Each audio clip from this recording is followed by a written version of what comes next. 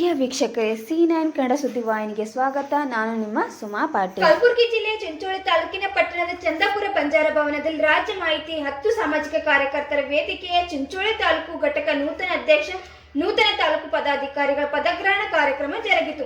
ಕಾರ್ಯಕ್ರಮದ ಈ ದಿವ್ಯ ಸಾನ್ನಿಧ್ಯ ವಹಿಸಿ ಪರಮ ಪೂಜ್ಯ ಶ್ರೀ ಡಾಕ್ಟರ್ ಬಸವಲಿಂಗ ಅವಧೂತರವರು ಮಾತನಾಡಿ, ರಾಜ್ಯ ಮಾಹಿತಿ ಹಕ್ಕು ಸಾಮಾಜಿಕ ಕಾರ್ಯಕರ್ತರ ವೇದಿಕೆ ತುಂಬಾ ಅರ್ಥಪೂರ್ಣ ಕಾರ್ಯಕ್ರಮವಾಗಿದ್ದು, ಅನ್ಯಾಯದ ವಿರುದ್ಧ ಯಾವಾಗಲೂ ಸದಾ ಸಿದ್ಧರಾಗಿರಬೇಕೆಂದು ಆಶೀರ್ವಚನ ನೀಡಿದರು.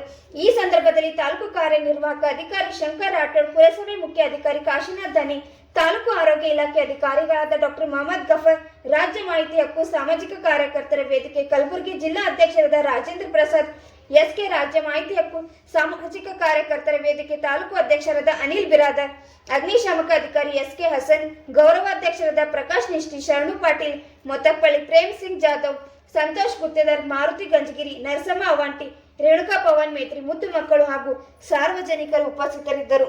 ವರದಿಗಾರರು ನಾಗರಾಜ್ ಪಾಟೀಲ್, ಚಿಂಚೋಳಿ.